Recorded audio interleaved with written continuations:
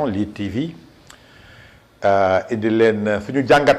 ci li nga xam ni kat mooy actualité politique bi surtout li xew ci biir Benno Bokk Yaakaar ak APR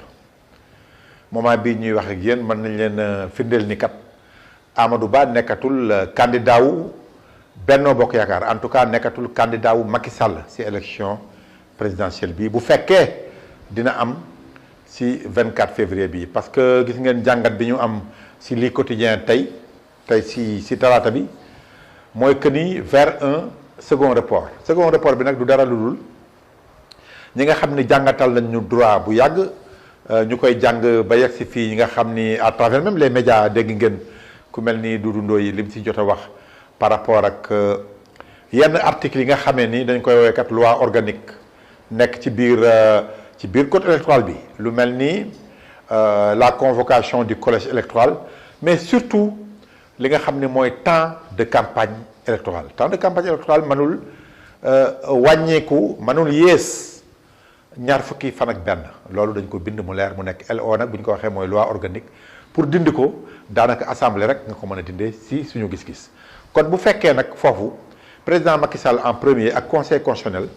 ñu ànd si mel ni luy jalgati yoon daal di nekkat élection yi dafa war a nekk le 24 février loolu wane nañu ni kon campagne électorale bi nga xam ni kat loi moo ci tënk Sénégal que ni warul nekk 15 jours mais 21 jours la war doon kon jéggi nañu yoon loolu nag bu ci yamoon rek peut-être du am problème waaye gis ngeen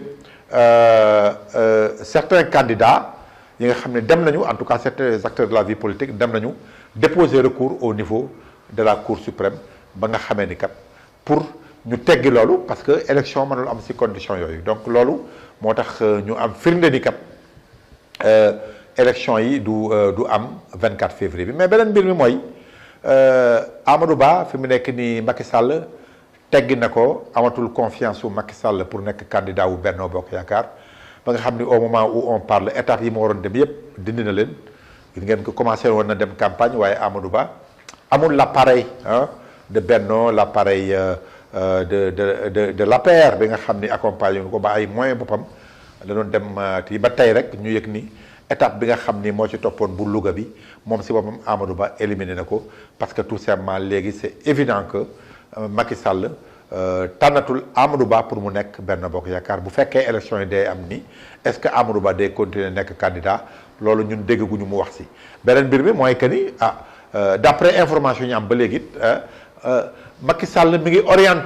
orienté ñenn ñi waa APR si Boun Abdallah Dionne waaw mi ngi leen di orienté si loolu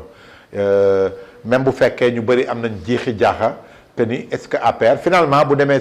si conditions yi demee moom waa APR moom nañu gëm ni waa Benno Bokk Yaakaar moom mën nañoo gagné élection yi waaw parce que dem ba nga xam ni élection des na coow yi demee nii gis ngeen audio yi nga xam ni kat moom la ñu attribué Amadou Ba génn mel ni looy wax ni président Macky Sall dem na ba sës te fi mu nekk nii amatul solution moo tax ñu bëri doon wax ni sax Amadou Ba s'est imposé au président Macky Sall waaye Macky Sall tànn ko ci coobareem waaye ñàkk pexe moo taxoon mu tànn ko donc yooyu yëpp boole ba nga xam ni léegi président Macky Sall niru leen daal Amadou Ba nekkatul candidat am donc benn mooy wax na ñëpp kenn toppatul Amadou Ba ci ñi nga xam ne à part lañ dem ba gis ngeen mercredi bële passé li nga xam ni président Macky Sall jël na ko ci ay mesures ba ministre yi nga xam ne ni ñoo doon ànd ak Macky Sall jege woon ko Amadou Ba ñu génne leen ci gouvernement bi ñi nga xam ne nag li ñuy woowee les contempteurs pourfendeurs de Amadou Ba ñu jël leen dooleel leen ñu mel ni Mame Mbaye Niang Thérèse Faye tout ça kon Macky Sall joxe woon na signaux yoo xam ne wane na ni kat moom Amadou Ba mi ngi bàyyi Amadou Ba waaye li gën a fës mooy que ni aujourd'hui nee nañu conseil des ministres bi ñuy xaar àllarba bi suba àllarba bi que am na ay DG ay directeurs généraux yoo xam ne nañ ci topp ñoo xam ni ils sont jugés proches de Amadou Ba nañ leen génne ci seen direction dañ leen dàq donc mën nañoo comprendre daal fi mu nekk nii ñu ngi ci épuration Amadou Ba ak képp ko ànd ak moom ci biir appareil d'État après que du point de vue politique moom sax génn nañ ko nekkatul premier ministre mais du point de vue politique nekkatul le candidat de Benno Bokk Yaakaar benn mbir bi nag muy laaj mooy que ni Macky Sall bu toppee logique am kon xanaa kon dina génne gorom Mansour Faye kon xanaa kon dina génne Gallo Ba bi nga xam ne ministre moo teeru Amadou Ba Mbacké kon xanaa kon dina génne ñoom Pape Malick Ndour nga xam ne wane nañ seen féete kon xanaa dina génne ñeneen ak ñeneen ñi nga xam ni kat ba loolu kat moom ñi nga xaar est-ce que foofu lay mujjee mais ñi ngi tudd daal ay directeurs généraux yoo xam ni ba LONASE ñu ngi koy tudd même Zahra Iyane Thiam ASEPEX ñu ngi koy tudd yooyu yëpp ñu ngi tudd ay nit yoo xam ni kat ñu ngi dans le viseur du président Macky Sall te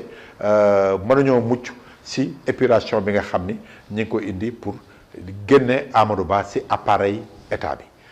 li indi problème bi nag gis ngeen audio yu attribué mais giseen ngeen ni depuis que ñu tànn Amadou Ba digganteem ak président Macky Sall dematul na mu waroon a demee waaw loolu moom ñu bëri seetlu nañ ko te clash bi daanaka c'était presque pour certains loo xam ni kenn mënu ko woon a kenn mënuñu ci woon a mucc waa APR mënuñu ci woon a mucc